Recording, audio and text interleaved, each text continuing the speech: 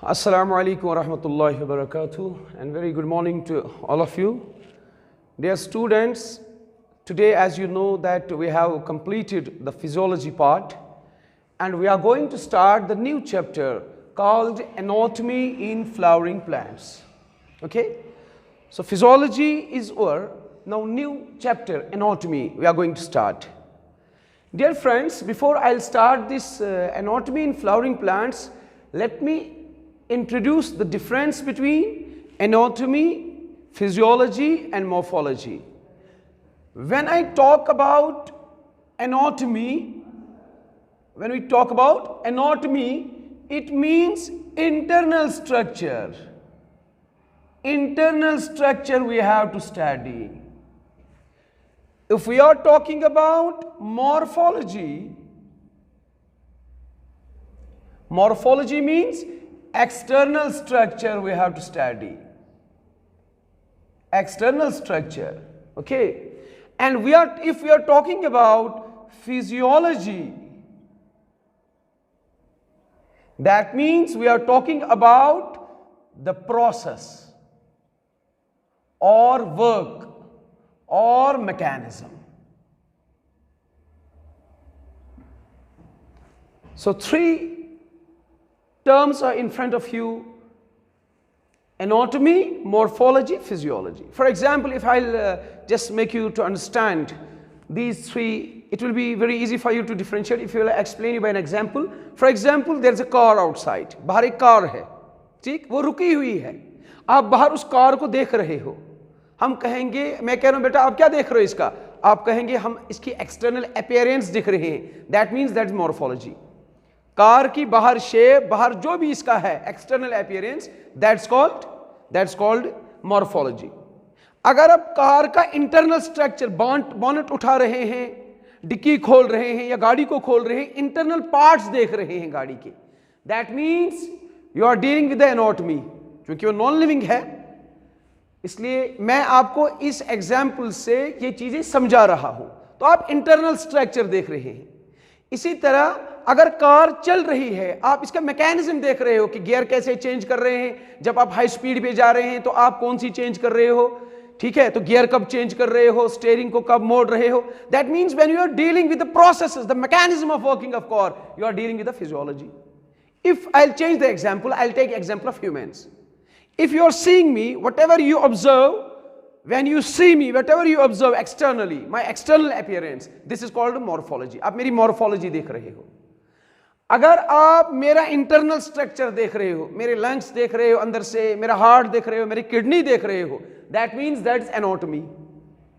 अगर मेरी working process, digestion, respiration, circulation, excretion, ठीक है, लोकोमोशन, आप मेरी प्रोसेसेस पढ़ रहे हैं, that means you are studying this physiology. Okay, तो बेटा फिजियोलॉजी हमने पढ़ ली है पूरी.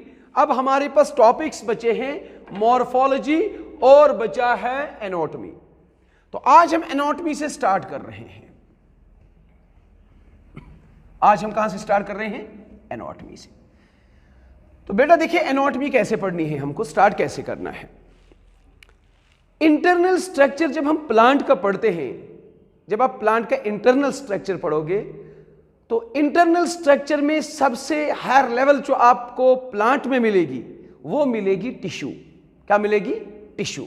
जैसे हम देखते हैं, फॉर एग्जाम्पल आप इंसानों का देखेंगे, ह्यूमंस का, आप क्या पढ़ रहे हैं? अगर मैं कहूंगा हम किससे बने हुए हैं, आप कहोगे सर हम सेल्स से बने हुए हैं. अच्छा, सेल्स मिलकर क्या बनाते हैं? आप कहते हैं सर टिश्यूज बनाते हैं. अच्छा बेटा, टिश्यूज जब मिलते हैं तो क्या बनाते हैं? सर ऑर्गन बनाते हैं. अच्छा बेटा, ऑर्गन जब जो मिलता है तो क्या बनता है? सर ऑर्गन सिस्टम्स बनते हैं. तो ऑर्गन सिस्टम हमारा हायर लेवल है, क्योंकि ऑर्गन सिस्टम के मिलने से ही ऑर्गेनिज्म बनता है. ऑर्गेनिज्म कब बनता है? जब ऑर्गन सिस्टम तक पहुंच जाता है तो ये ऑर्गेनिज्म बनाते हैं. मगर जब आप प्लांट्स की बात करते हैं, सेल्स जो मिलते हैं वो टिश्यूज बनाते हैं. क्या बनाते हैं बेटा? जब सेल्स मिलते हैं तो वो क्या बनाते हैं? वो टिश्यूज बनाते हैं. ठीक, और यही टिश्यूज आप देखोगे जो प्लांट बॉडी पूरी है वो बनी है इन्हीं टिश्यूज से. यही टिश्यूज मिलकर पूरी प्लांट बॉडी बनाती है. इसका मतलब है बेटा, ये जो प्लांट बॉडी बनी है, प्लांट बॉडी जो बनी है, ये बनी है टिश्यूज से। किससे बनी है? टिश्यूज से। तो अगर हमने टिश्यूज पढ़े, ध्यान से सुनिए आप मेरी बात, अगर हमने टिश्यूज पढ़े अच्छे तरीके से, टिश्यूज समझ में आ गया, आपको सारा इंटरनल स्ट्रक्चर प्लांट का समझ में आ जाएगा। आप प्लांट का जो भी इंटरनल पार्ट उठाओगे बेटा, वो किसी न किसी टिश्यू में इंक्लूड हो जाएगा। यानी कि अगर आपने टिश्यू समझे हैं, प्लांट्स का जो इंटरनल स्ट्रक्चर है, that is composed of tissues. Once you understood the tissues, you have understood the whole anatomy of the plant. Okay? तो ये टिश्यूज हमको पढ़ने हैं बेटा, क्योंकि इन्हीं टिश्यूज की वजह से प्लांट की इंटरनल बॉडी बनती है। प्लांट बॉडी जो है ना, प्लांट बॉडी यानी कि इंटरनली जो प्लांट बॉडी मैन्युफैक्चर होती है, वो होती है because of tissues. When tissues aggregate together, they form the plant body. So when you dissect the plant body, when you see the plant body internally, what you will observe there? Tissues. तो यही tissues हमको पढ़ने हैं, ठीक है। अच्छा, अब सवाल है, जब सेल्स मिलते हैं तो टिश्यू बनता है, ठीक, मगर यही सेल्स जब मिलते हैं बेटा तो कॉलोनी भी बनती है। क्या बनती है? इन्हीं सेल्स के मिलने से टिश्यूज भी बनते हैं, इन्हीं सेल्स के मिलने से कॉलोनी भी बनती है। फर्क क्या है? मिसाल के तौर पर ये सेल नंबर 1 है, ये सेल नंबर 2 है, ये सेल नंबर 3 है, ये सेल नंबर 4 है, फॉर एग्जाम्पल। ये एक है। दूसरी बात, ये सेल नंबर 1 है, ये सेल नंबर 2 है, ये सेल नंबर 3 है, ये सेल नंबर 4 है। अब कॉलोनी किसको कहेंगे बेटा और टिश्यू किसको कहेंगे? ध्यान से देखिए मेरी बात। अगर फॉर एग्जाम्पल ये बैक्टीरिया है, हम इसको कॉलोनी कहेंगे, इसको मल्टीसेल्यूलर कहेंगे और नाम देंगे टिश्यू। ये मल्टीसेल्यूलर है, ये मल्टीसेल्यूलर पार्ट है जिसको हम देते हैं नाम टिश्यू, और ये भी मल्टीसेल्यूलर है मगर इसको कहते हैं कॉलोनी। तो हम इसको कॉलोनी क्यों कहते हैं, इसको टिश्यू क्यों कहते हैं? देखिए, कॉलोनी और टिश्यू में यह फर्क है बेटा, जो कॉलोनी होती है उसमें जो एक सेल होती है, वो सेल अगर अकेले में है, ये सेल नंबर 1 अकेले में है। फर्क क्या है? यहां पे सेल नंबर 1 अकेले में है और यहां पे एक ग्रुप में है। देखिए, सेल नंबर 1 अकेले में है और यहां सेल नंबर 1 ग्रुप में है। मगर बेटा यहां पे देखिए, सेल नंबर 1 की जो फंक्शन यहां पे है, वही फंक्शन इसकी यहां पर भी है। इसका मतलब है चाहे ये अकेले में हो या ये ग्रुप में हो, इसकी फंक्शन पे कोई फर्क नहीं पड़ता, इसकी फंक्शन पे कोई फर्क नहीं पड़ता। जो ये अकेले में है वही ये ग्रुप में है, 2 जो अकेले में है वही ये ग्रुप में है, 3 जो अकेले में है वही ये ग्रुप में है, 4 जो अकेले में है वही ये ग्रुप में है। यानी कि जो ये सेल्स अकेले में काम करते हैं वही ये ग्रुप में भी काम करते हैं। यानी कि इनकी इंडिविजुअलिटी जो है, वो जो इंडिविजुअलिटी इनको तन्हाई में है और जो इनका रोल यहां पे है वो एक जैसा है। कोई फर्क नहीं इनको पड़ा एक रहने में या ग्रुप के रहने में। एक बात, कोई फर्क नहीं पड़ा, यानी कि इनकी इंडिविजुअलिटी यहां पे लॉस नहीं हो गई। यहां पे भी अकेले में भी वही है और ग्रुप में भी वही है। तो ये इंडिविजुअल लेवल पे है, ये ग्रुप लेवल में है, दोनों जगह इनकी फंक्शन सेम है। इसके बरक्स ये 1 जब अकेले है, अकेले में ये 1 है, ये 1 जब अकेले में है, इसकी फंक्शन कुछ और है। जब ये इस ग्रुप में चली जाती है तो इन सब की इंडिविजुअल फंक्शन लॉस होकर एक नई फंक्शन वजूद में आ जाती है। समझ में आ गई बात? यानी कि इसकी एक सेल की, फॉर एग्जांपल मैं लेता हूं स्किन। स्किन जब देखेंगे ये टिश्यू है, ये इप्थीलियल टिश्यू है। अगर हम देखेंगे इस इप्थीलियल टिश्यू में जो सेल है 1 2 3 4, फॉर एग्जांपल ये मेरे स्किन का पार्ट है, टिश्यू है ये। अगर मैं देखूंगा जब ये सेल नंबर 1 थी, इसका फंक्शन वो नहीं था जो एक स्किन का है, इसकी अपनी इंडिविजुअल फंक्शन है, 2 की अपनी इंडिविजुअल फंक्शन है, 3 की अपनी इंडिविजुअल फंक्शन है, 4 की अपनी इंडिविजुअल फंक्शन है। जब ये चारों सेल मिल जाते हैं तो ये एक नई फंक्शन को जन्म देते हैं, फॉर एग्जांपल ये स्किन बनाते हैं। अब स्किन की फंक्शन किसकी फंक्शन है इसमें से? आप कहोगे सर स्किन की फंक्शन इन चारों में किसी की फंक्शन नहीं है इंडिविजुअल फंक्शन, बल्कि जब ये 4 मिलते हैं तो नई एक फंक्शन वजूद में आती है जिसका नाम स्किन है और इसका काम है प्रोटेक्शन। समझ में आ गई बात? यहां पे क्या है, यहां पे जो इंडिविजुअल लेवल पे इसकी फंक्शन है वही यहां ग्रुप में भी कोई नई फंक्शन वजूद में नहीं आती, यानी कि ये सेल्स जो फंक्शंस अकेले अकेले करते हैं वही फंक्शन यहां पे भी करते हैं, तो इसको कॉलोनी कहते हैं। यानी कि ये ग्रुप ऑफ सेल्स कोई कॉमन फंक्शन नहीं कहते हैं जो इनकी इंडिविजुअल लेवल पे पॉसिबल नहीं है। यानी कि ग्रुप सेल नंबर 1 अपना कोई फंक्शन कर रहा है, सेल नंबर 2 अपना कोई फंक्शन कर रहा है, सेल नंबर 3 अपना, सेल नंबर 4 अपना। जो ये इंडिविजुअल लेवल पे बेटा फंक्शन कर रहे हैं, जब ये सेल 4 सेल्स मिलेंगे ये फिर वही अपनी इंडिविजुअल फंक्शन कहेंगे, कोई इनके मिलने से कोई नई फंक्शन वजूद में नहीं आई। इन 4 सेल्स की फिर अपनी इंडिविजुअल फंक्शन यहां पे। इसका मतलब है इनको ग्रुप में रखो या अलग करो कोई फर्क नहीं पड़ता। इसके बरक्स ये सेल्स 1, 2, 3 और 4 जब ये अलग अलग होते हैं इनकी इंडिविजुअल फंक्शन होती है, मगर जब ये मिलते हैं इनकी इंडिविजुअलिटी लॉस होकर नई फंक्शन वजूद में आती है। इसकी एग्जांपल मैं देता हूं। फॉर एग्जांपल आप 4 स्टूडेंट्स है, यही 4 स्टूडेंट्स, इसकी भी और इसकी भी एग्जांपल देता हूं। आप 4 स्टूडेंट्स है। फॉर एग्जाम्पल स्टूडेंट नंबर 1, इसको कोई वेजिटेबल है साथ टिफिन में, इसके पास टिफिन है। फंक्शन में सिखाऊंगा कि किस, यानी कि एग्रीगेट क्या होता है और मिलकर कोई नई फंक्शन का क्या मतलब है। इसके पास वेजिटेबल है। अगर ये 4 इकट्ठे टिफिन खा रहे हैं, फॉर एग्जाम्पल इसके पास 2 के पास अलग चिकन है, 2 के पास, 3 के पास एग्स है, 4 के पास चीज है। जब इनके अलग टिफिन ये है, इनको अपना अलग टिफिन है, जब ये एक साथ भी बैठते हैं ये शेयर नहीं करते हैं। ये जब अपना खाना इकट्ठे खाते हैं तो ये इसको सिर्फ अपना ही वेजिटेबल मिलता है, क्यों? ये कोई शेयर कर, ये अपना खाना शेयर नहीं करते हैं। ये 2 ये अपना टिफिन खाता है, खाते हैं इकट्ठे बैठकर मगर अपना टिफिन शेयर नहीं करते हैं। इसके पास एग्स है और इसके पास चीज है। आप मुझे बताइए ये चाहे अलोन हो या इकट्ठे हो, इसकी ये चाहे अकेले हो तब भी उसी वेजिटेबल के साथ खाना खाएगा, और ये चाहे ग्रुप में हो तब भी वही वेजिटेबल इसको मिलता है। ठीक, यानी कि इसके अकेलेपन में और इसके ग्रुप में रहने में कोई फर्क नहीं है। समझ में आ गई बात? इसको हम कहेंगे कॉलोनी। क्या कहेंगे? कॉलोनी में क्या होता है, अगर एग्रीगेशन ऑफ सेल्स होता है मगर सेल्स फिर भी अपनी ही इंडिविजुअलिटी में रहता है। इसके बरक्स यही 4 अगर मिले तो इनने अपना खाना मिलाया, यानी कि इसने अपना वेजिटेबल इसको भी दिया, इसको भी दिया, इसको भी दिया, इसने अपना चिकन इसको भी दिया, इसको भी दिया और इसको भी दिया, 3 ने अपने एग्स इसको भी दिए, इसको भी दिए, इसको भी दिए, और 4 ने अपना चीज इसको भी दिया, इसको भी दिया, इसको भी दिया। इसका मतलब है जो इनके इंडिविजुअल लेवल पे जो टिफिन्स थे, जो ये इंडिविजुअल लेवल पे खाते थे, जब ये इकट्ठे मिल गए अब इनकी इंडिविजुअलिटी लॉस हो गई। ये जब मिल गए सबने को ऐसा खाना खाए जो उनके पास नहीं था, और वो खाना तब पॉसिबल है बेटा जब ये इकट्ठे खाएंगे। अगर ये फिर अलग हो जाएंगे इनको फिर अपना इंडिविजुअल टिफिन ही मिलेगा। तो अब इस ग्रुप और इस ग्रुप में आपको डिफरेंशिएट हो गया।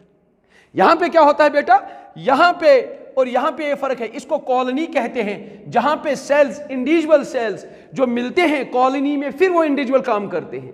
और टिश्यू में क्या होता है, टिश्यू में सेल्स मिलते हैं, इंडिविजुअलिटी इनकी खत्म होती है, फिर वो कॉमन फंक्शन करते हैं। समझ में आ गई बात? तो ये है फर्क टिश्यू, इसलिए इसको हम मल्टी सेल्यूलर कहते हैं। Tissue is a multicellular and colony is, although it contains many cells, it contains many cells, but they cells are there with their individuality. कोई फर्क नहीं पड़ता ये अकेले है या मिलकर है। समझ में आ गई बात? कॉलोनी और टिश्यू के दरमियान फर्क। अब ये जो बेटा टिश्यू है, इससे पहले बेटा हम टिश्यू से स्टार्ट करें, हम अपना टॉपिक टिश्यू से स्टार्ट करेंगे। इससे पहले हम टिश्यू की बात करें, हम कुछ इंट्रोडक्शन देते हैं। एक साइंटिस्ट आया, नेहमिया ग्रीव। एक साइंटिस्ट आया, Nehemiah Grew. Nehemiah Grew is called father of anatomy. Nehemiah Grew is called father of anatomy. Generally universal level पर, ओके, इंटरनेशनल लेवल पर फादर ऑफ एनाटॉमी कौन है? Nehemiah Grew. K A Chaudhary, K A Chaudhary is known as father of Indian anatomy.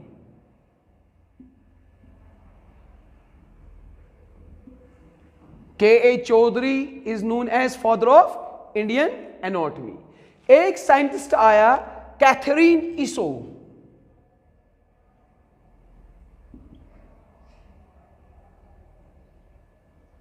एक scientist कौन आया? Katherine इसो। उसने एक किताब लिखी the anatomy of seed plants. इसने क्या लिखी? एक किताब लिखी the anatomy of seed plants. इसने एक किताब लिखी, फेमस किताब the anatomy of seed plants, जो 1960 में पब्लिश हो गई। 1960 में क्या हो गई बेटा? पब्लिश हो गई 1960 में। समझ में आ गई बात? तो इनका लिटिल इंट्रोडक्शन याद रखें। Nehemiah Grew is known as father of anatomy and K.A. Chaudhary is father of Indian anatomy. That means in India the lot of work is done by K.A. Chaudhary. Okay, and Catherine Isso wrote a book, published a book known by the anatomy of seed plants, which was published in 1960. ठीक, उसके बाद जो definition start होती है वो होती है बेटा टिश्यू से। यानी कि अगर हमको इंटरनल स्ट्रक्चर जो प्लांट का पढ़ना है, पढ़ना क्या है? हमको टिश्यूज पढ़ने हैं। अगर हम टिश्यूज पढ़ रहे हैं बेटा तो हम पढ़ रहे हैं internal structure of plant, because this is only the tissue which makes leaf, which makes root, which makes stem. तीन ही चीजें हैं प्लांट में, या तो लीफ है, रूट है और स्टेम है। तो ये तीनों चीजों जो कंपोज होते हैं वो टिश्यूज से होते हैं, इसलिए हमको टिश्यू पढ़ने हैं। टिश्यू, इस टिश्यू की डेफिनेशन जो दी वो नेहमिया ग्रीव ने दी।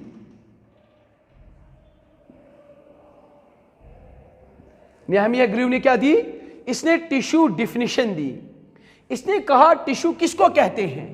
इसने कहा देखो भाई, टिश्यू कहते हैं group of cells, group of cells similar और डिसिमिलर, सिमिलर और डिसिमिलर इन शेप, बट, और बट मत लिखो क्योंकि इंग्लिश में बट का यूज होता है ना, जहां पे अक्सर हम गलती करते हैं, बट लिखते हैं। ये तो एक अब इसकी आदत हो चुकी है। अदरवाइज बट मींस, बट पिछले सेंटेंस को डिस्कार्ड करता है। हम कहेंगे ग्रुप ऑफ सेल्स सिमिलर और dissimilar in shape and having common function and common origin। क्या मतलब? ग्रुप ऑफ सेल्स सिमिलर और dissimilar in shape, group of cells हो, चाहे उसमें सेल्स सिमिलर हो या डिसिमिलर हो, ये कोई शर्त इसके लिए कैद नहीं कि नहीं टिश्यू उसको कहते हैं जिसमें सिमिलर टाइप ऑफ सेल्स हो, नहीं टिश्यू उसको कहते हैं जिसमें डिसिमिलर सेल्स हो, ऐसी बात नहीं है। चाहे ग्रुप ऑफ सेल्स सिमिलर हो या डिसिमिलर हो, मगर उनकी फंक्शन भी सेम होनी चाहिए, उन सेल्स का ऑरिजिन भी सेम होना चाहिए, तब हम इसको टिश्यू कहेंगे। मिसाल के तौर पर ये सेल्स है, आप देखें डिसिमिलर सेल्स है, मगर इन सेल्स की एक खूबी ये है, इनकी कॉमन फंक्शन भी है, कॉमन फंक्शन भी है और इनका कॉमन ऑरिजिन भी है। यह है टिश्यू की खूबी। चाहे सिमिलर सेल्स हो या डिसिमिलर सेल्स हो, यह इशू नहीं है टिश्यू में। टिश्यू में मेन इशू क्या है? कॉमन फंक्शन होनी चाहिए इन सब सेल्स की। मैंने अभी कहा ना, सबकी इंडिविजुअलिटी लूज होकर एक कॉमन फंक्शन करते हैं और इनका ऑरिजिन भी कॉमन होना चाहिए। फिर शेप एक हो, आप देखोगे आगे कॉम्प्लेक्स टिश्यूज जो आएंगे जिनमें मोर देन वन सेल्स आएंगे, उनमें डिफरेंट टाइप्स ऑफ सेल्स, एक कुछ टिश्यूज आप आगे देखोगे जिनमें डिफरेंट टाइप्स ऑफ सेल्स है, मगर फंक्शन भी एक ही है, ऑरिजिन भी एक ही है। ये आगे पढ़ेंगे हम, जैसे हम जाइलम और फ्लोएम देखते हैं, उसमें डिफरेंट टाइप्स ऑफ सेल्स होंगे, मगर टिश्यू उसको क्यों कहते हैं जाइलम और फ्लोएम को? क्योंकि वो कॉमन इन फंक्शन है, वो सारी सेल्स उनकी, और कॉमन इन ऑरिजिन है। समझ में आ गई बात? तो ये है इसकी डिफिनेशन बेटा। तो नेहमिया ग्रीव ने इसकी डिफिनेशन दी, ठीक। उसके बाद और एक साइंटिस्ट आया, कॉल नेगेली। के नगेली भी कहते हैं और कॉल नैगिली भी कहते हैं। कॉल नैगिली ने क्या कहा, उसने कहा ये जो टिश्यूज है, ये टिश्यूज, उसने टाइप्स ऑफ टिश्यूज पे फोकस किया। उसने कहा ये टिश्यूज जो है प्लांट्स में, ये दो तरह के होते हैं। पहले टिश्यू की डिफिनेशन किसने दी, क्योंकि एनाटॉमी बेटा पढ़ रहे हैं, फिर मैं कहूंगा एनाटॉमी में हमको टिश्यूज ही पढ़ने हैं। अगर हमने टिश्यूज समझ, क्यों सारी प्लांट बॉडी बनी है टिश्यूज से, तो नीमिया ग्रीव ने दिया ये डिफिनेशन। और कॉल नगेली ने क्या कहा, कहा टिश्यूज दो टाइप्स के होते हैं, एक मेरिस्टेमेटिक, आपको याद आया होगा मेरिस्टेमेटिक टिश्यू, एक परमानेंट टिश्यू।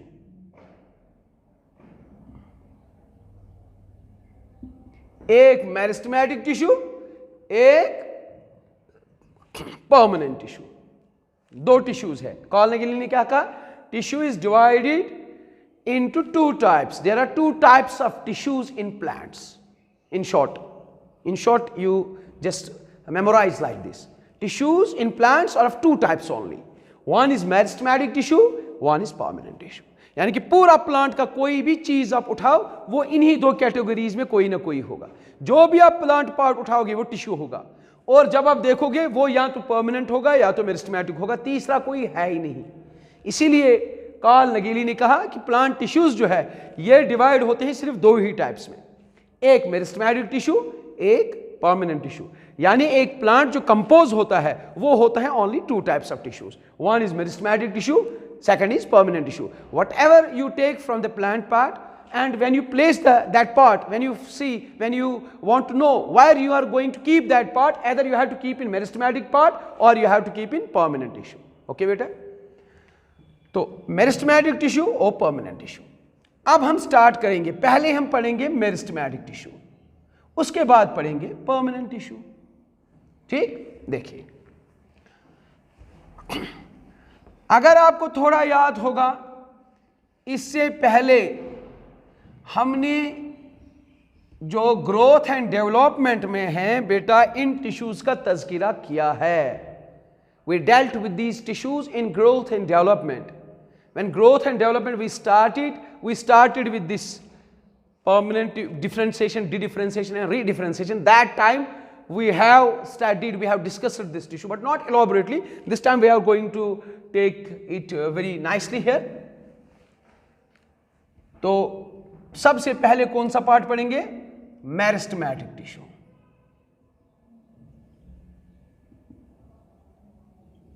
मेरिस्टेमेटिक टिश्यू सबसे पहले पढ़ेंगे हम मेरिस्टेमेटिक टिश्यू। मेरिस्टेमेटिक टिश्यू की बुनियाद पड़ती है एक लफ्ज से जिसको हम कहते हैं मेरिस्टम। मेरिस्टेमेटिक टिश्यू किसकी बुनियाद पड़ते हैं? मेरिस्टेमेटिक टिश्यू में एक लफ्ज है मेरिस्टम, ये यहीं से डिराइव हुआ है मेरिस्टम। मेरिस्टम की वजह से उस टिश्यूज का नाम पड़ा है मेरिस्टेमेटिक टिश्यू। मेरिस्टम किसको कहते हैं? स्पेशलाइज्ड, मेरिस्टम कहते हैं specialised region of active cell division. Meristem कहते हैं वो रीजन, एक स्पेशलाइज्ड रीजन होता है प्लांट में जहां पे एक्टिवली सेल्स डिवाइड हो रहे हैं, उस रीजन का नाम है मेरिस्टम। इसी से नाम पड़ा है meristematic tissue, because this meristem is derived from the word meristos. किससे डिराइव हुआ है? मेरिस्टोस। क्योंकि सीधी सी बात है, इंग्लिश तो बाद में एक इंटरनेशनल लैंग्वेज बन गई। जो साइंटिस्ट ने ज्यादा वर्क किया या तो लैटिन में या तो ग्रीक में, तो इसलिए मेरिस्टम इंग्लिश लफ्ज जो है डिराइव हुआ है मेरिस्टोस, विच मीन्स डिविजिबल और divided. Meristematic tissue we are going to start. Why? Because Carl Nageli said in plants tissues are of two types. One is meristematic tissue, one is permanent tissue. That means अगर हमने दोनों tissues पढ़े, meristematic tissue भी पढ़ लिया और permanent tissue भी पढ़ लिया, बेटा समझो हमने anatomy पढ़ ली। क्योंकि दो ही tissues जब होते हैं तो तीसरा कहां से हम पढ़ेंगे? तो एनाटॉमी में टिश्यूज पढ़ने हैं, और टिश्यूज कितने होते हैं? सिर्फ दो किस्म के टिश्यू होते हैं प्लांट में, एक होता है मेरिस्टेमेटिक टिश्यू, एक होता है परमानेंट टिश्यू। ठीक, अब हम शुरू अपना सफर करने, we are going to start our journey with the meristematic tissue. Meristematic tissue में हमको डील है मेरिस्टम से। मेरिस्टम कहते हैं specialised region of active cell division. That means in plants there are some specialized regions in plants where cells show maximum divisions, where cells show active cell divisions. Those regions are called meristems. ठीक, meristem is derived from a word meristos which means divisible or divided. ठीक है बेटा। तो अगर हम देखेंगे बेटा, मिसाल के तौर पर आपने पढ़ा होगा, या आगे फिर पढ़ेंगे, इसको डिवाइड करेंगे, इसको आगे हम फिर चलाएंगे। तो अगर हम पढ़ेंगे कैरेक्टरिस्टिक ऑफ मेरिस्टेमेटिक टिश्यू, ये आपको लिखने हैं, ये आपको लिखने हैं। आप लिखो क्या खूबियां हैं इस मेरिस्टेमेटिक टिश्यू की। जो प्लांट है पूरा, अगर मैं ऐसे प्लांट फॉर एग्जांपल बनाऊंगा, ये प्लांट है, ये टहनी है, ये लीफ है, ये जमीन के नीचे रूट्स है। ठीक, ये सारा अगर देखोगे आप बेटा, लीफ, स्टेम एंड रूट, तीन ही पार्ट्स होते हैं और तीन ही पार्ट्स टिश्यूज है। तीन ही पार्ट्स क्या है? तीनों के तीन पार्ट्स टिश्यूज है और इनमें सेल्स है। अब मेरिस्टेमेटिक सेल्स को हम कैसे पहचानेंगे इस प्लांट में? क्योंकि इस प्लांट में दो ही टाइप्स के सेल्स है। या तो इस प्लांट में आप जहां पे भी हाथ लगाओगे, या वो परमानेंट टिश्यू पे आप हाथ लगा रहे हो, या आप मेरिस्टेमेटिक टिश्यू पे हाथ लगा रहे हो, क्योंकि दो ही टिश्यूज है इस प्लांट में। आप जिस पे आप हाथ लगा रहे हो वो मेरिस्टेमेटिक है कि परमानेंट है, उसकी खूबी क्या है? उसकी खूबी क्या है?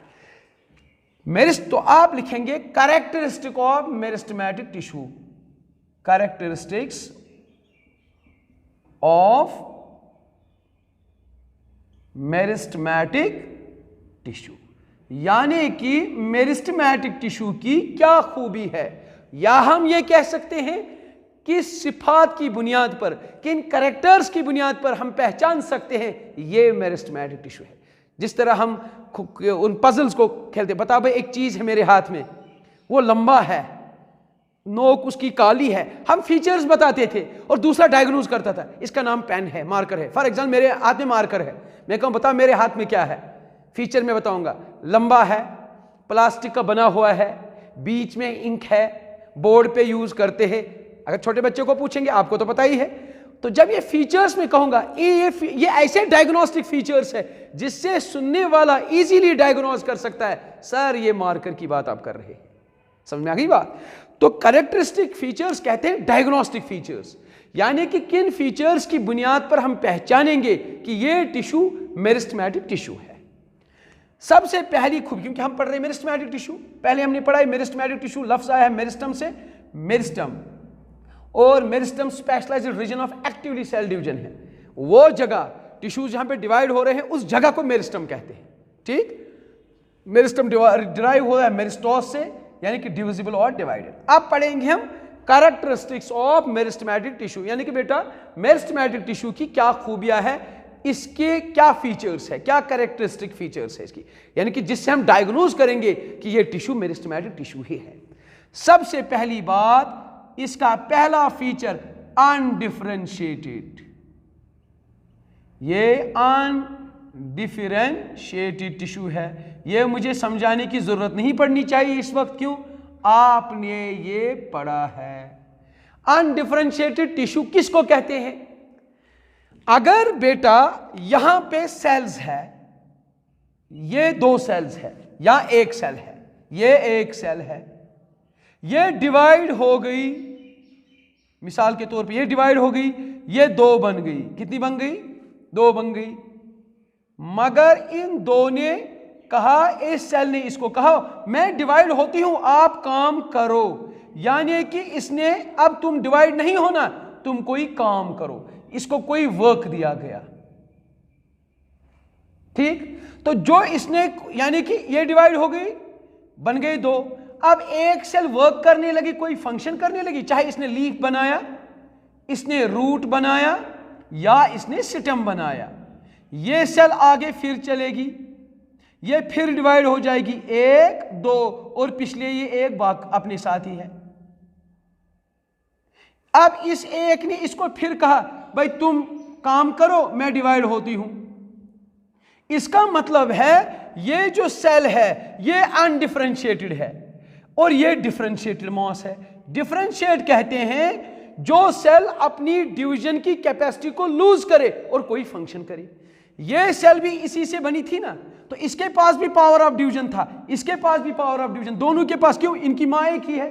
मगर इसमें से ये सेल नंबर ए, ये सेल नंबर बी, इस सेल में से यहां समझ लीजिए ये सेल नंबर बी, ये ए, ये सेल नंबर बी, इसका या ए भी दो एक ही बात है।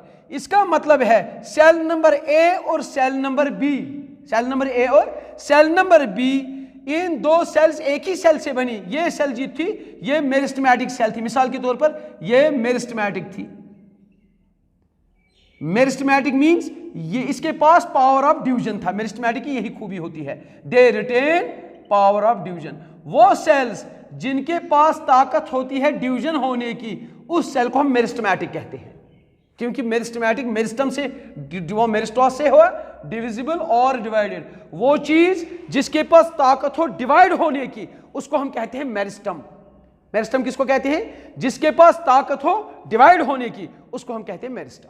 ठीक, तो इसलिए मैं कह रहा हूं अगर ये सेल नंबर ये है, ये डिवाइड हो गई दो सेल्स में, ए एंड बी, मगर ए ने लूज किया पावर ऑफ डिवीजन, ए ने लूज किया पावर ऑफ डिवीजन और बी ने रिटेन किया पावर ऑफ डिवीजन। इन दो सेल्स में एक ने रिटेन किया, एक ने लूज किया। बेटा जिस सेल ने लूज किया पावर ऑफ डिवीजन, इसने कोई वर्क करना शुरू कर दिया, सिर्फ एक के पास पावर ऑफ डिवीजन रिटेन है। अब ये आगे बनाएगी, फिर मिसाल के तौर पर ये बी थी, इसने बनाई सी और डी, ये ए अपनी ही मौजूद है। इस बी ने जब डिवाइड हुआ ना, तो ये बनाई सी एंड डी, इसमें भी एक ही के पास पावर ऑफ डिवीजन है, एक परमानेंट काम ले रहा है।